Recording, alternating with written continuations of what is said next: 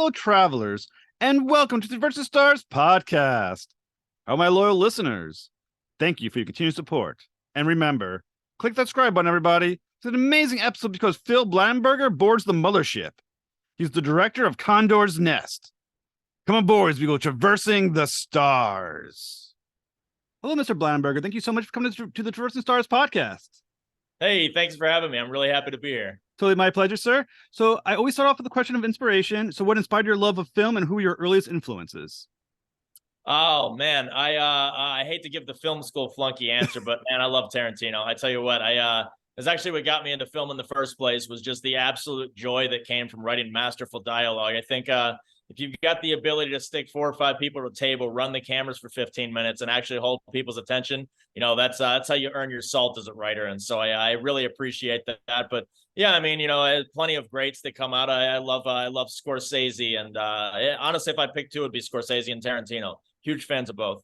So in talking, we're going to be talking about Condor's Nest in just a little bit.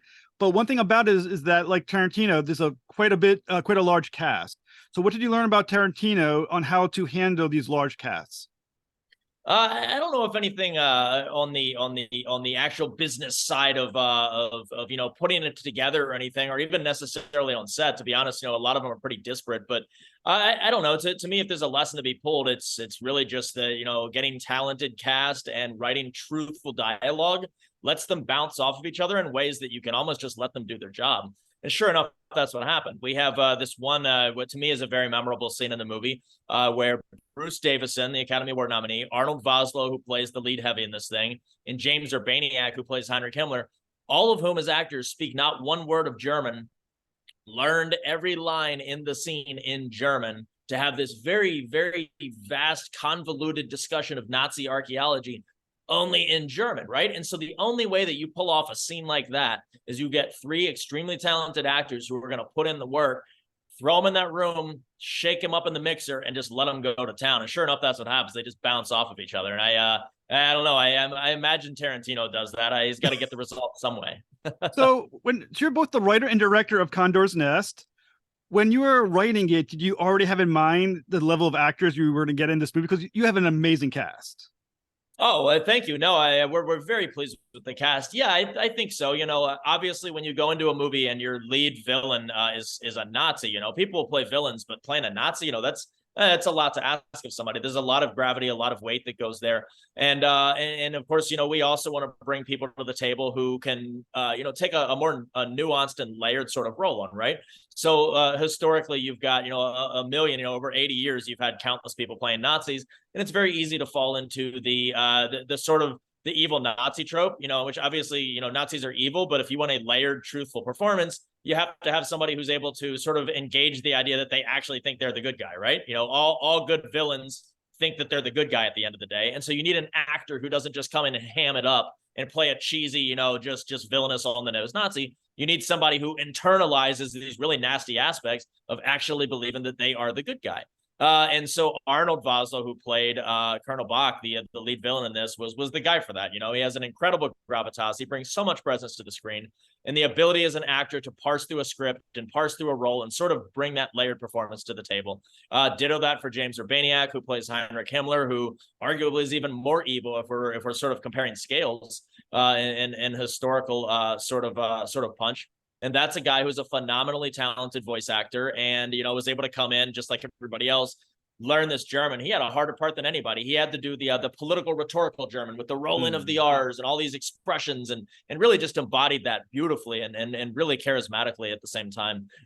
So really just an impressive job by everybody. These are exactly the actors we wanted. We're so happy with the cast. I think they did a beautiful job. So when you're writing a character, like I said, like these Nazis, how much of a tightrope is it to demonstrate humanity, but at the same time, once again, Nazis? That is a very, very difficult line to toe. You know, at the end of the day, you're writing about Nazis whose anti-humanist philosophy destroyed millions upon millions of lives. So you don't want to go give any kind of a nice angle on those guys. You know, they're obviously terrible people and everything they stand for is terrible. At the same time, like I said, you know, if you write a on the nose villain Nazi with the evil laugh who's sitting there saying, ha, ha, ha, I'm going to destroy you. Nobody likes that. It's not 1955 anymore. Nobody wants that. If you want a compelling villain, the compelling villain is going to be the villain who believes he is the good guy and not the villain. And I think that's what we see with Colonel Bach here. And so I won't tease anything, or I won't spoil anything. So one of the compelling arcs of Colonel Bach is that he finds himself in the position to justify what we see in the trailer, which is that he executes a bomber squad and leaves one survivor who goes back to get him years later. And Colonel Bach has to justify these actions at a certain point in the movie. And if it's a goofy TV villain, then he just says, "Ha ha! I killed you because I like to kill you." Who cares? Nobody wants to watch that. That's no fun. Colonel Bach internally justifies what he did as a philosophical decision that you would have done the same thing if you were in my shoes, even though you're the good guy. And so for an actor of Arnold Vosloo's caliber to internalize a truthful version of that and really be able to deliver that meaningfully on the screen and make you believe it, there has to be some kind of philosophical merit to it internally unto its own, even if it's full of shit, And I think that's exactly what the character is designed to do. But yeah, absolutely. Going back to your original question, that is the challenge, is writing that while making absolutely sure that nobody is taken away from this. Oh, well, if you really think about it, we're just as bad as the Nazis, or the Nazis aren't so bad after all. Not the message of Condor's Nest, just to be clear. Well, I think from what I've read, it sounds like Condor's Nest sounds like an amazing movie. It sounds like it's also a very challenging movie because, as we mentioned, the handling of the Nazis, but you have this very sprawling scope in both location and a change of time. So how do you maintain the narrative thread of a film like this when you're taking all these challenges upon yourself? It's really difficult. And, a lot of that goes into pre-production.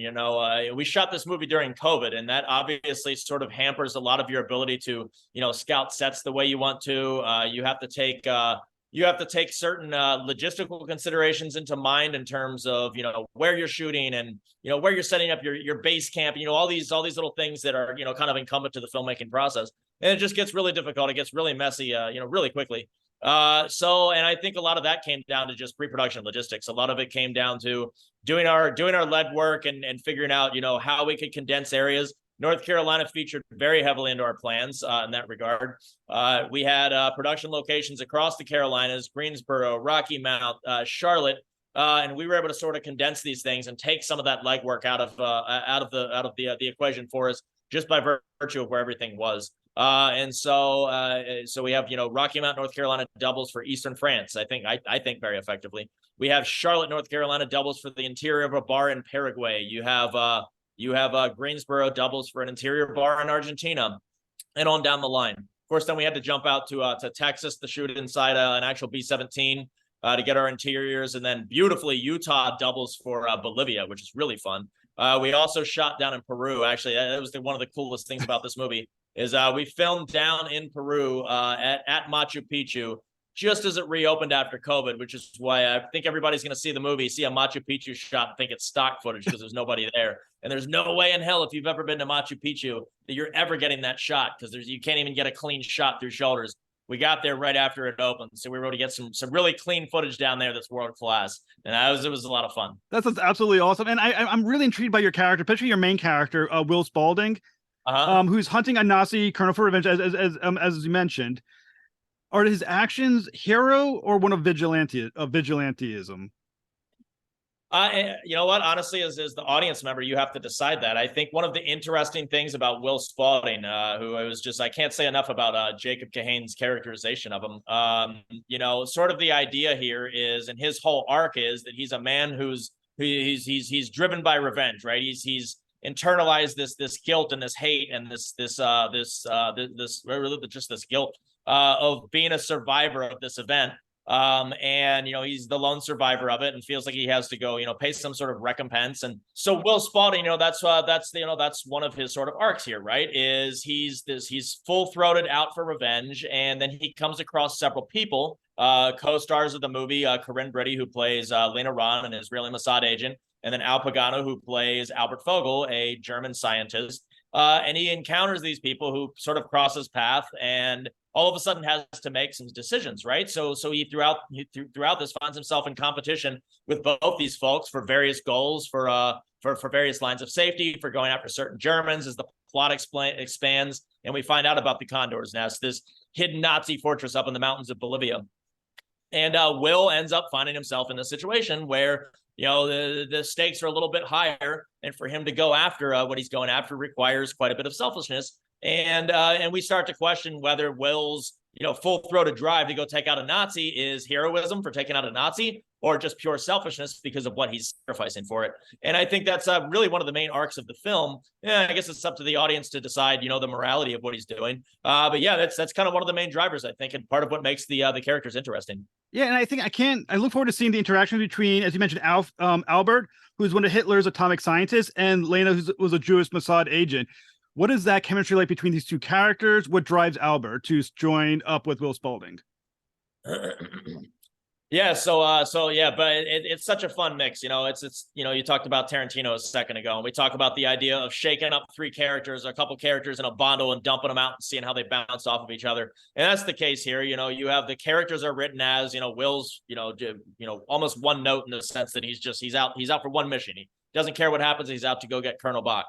Boom, you throw in Albert, who it turns out can actually help him do that, and he's got to make a shady alliance with the guy that, you know, he doesn't trust.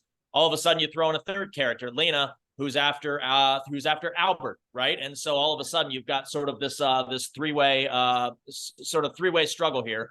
And a lot of just characters bouncing off of each other, and a lot of dynamics bouncing off of each other, which actually leads to some weird bits of levity in the movie that sort of come organically and are kind of some fun beats to this thing, and keep it fun and entertaining. And so, you know, can't say enough about the actors. Al Pagano did an absolutely phenomenal job as Albert. Corinne Briddy is riveting as Lena Ron, and it's a lot of fun. Those three sort of as an ensemble piece, they're a lot of fun to watch. It's like it sounds when I was reading the summary of the movie, I was like, this sounds absolutely fascinating. And I really think all the characters just sound like I can't wait to see how they all mesh together in this film. Yeah, and I think that's half the fun of the movie is, you know, you're taking this ensemble of people who you like, or you're pulling for, or you hate but you're pulling for because they're an anti-hero, or you don't know if you should like them because you don't know if they're a bad guy or a good guy. And yet you're throwing them further into the mix with an Arnold Vosloo Nazi and a James Urbaniak as Himmler, and a fortress known as the Condor's Nest in the middle of the Bolivian Andes. And it's just a whole bunch of fun. It's a popcorn movie. It's $9 for a ticket. Watch it in select theaters, rent it on demand, grab a bucket of popcorn, sit back for an hour and 40 minutes. Watch Michael Ironside, the Bond villain, you know, play a Russian spy, and Arnold Vosloo play a German. I mean, it's just a bucket load of fun. It really is. I mean, how much fun was it just to see all these amazing actors play out your characters? That's honestly, that's my favorite part of filmmaking. You know, you have a narrative that you develop in your head. It comes out on paper, but it's not real until an actor takes it, learns the line, steps in front of a camera, and truthfully embodies that role and delivers it. That is absolute crack. So when can our listeners find Condor's Nest? Condor's Nest releases 1 week from today's recording. Condor's Nest releases on January 27th. That's a Friday, and it will be in select theaters across the United States, available on demand digitally on Dish Network and Spectrum and Apple TV, Amazon, anywhere you can download or rent a movie. It'll be available. All right. Thank you so much, sir. It sounds like an awesome movie, Condor's Nest. Can't wait. Hope our listeners all watch it. So thank you so much. Thanks for the time. Thanks a lot. You too.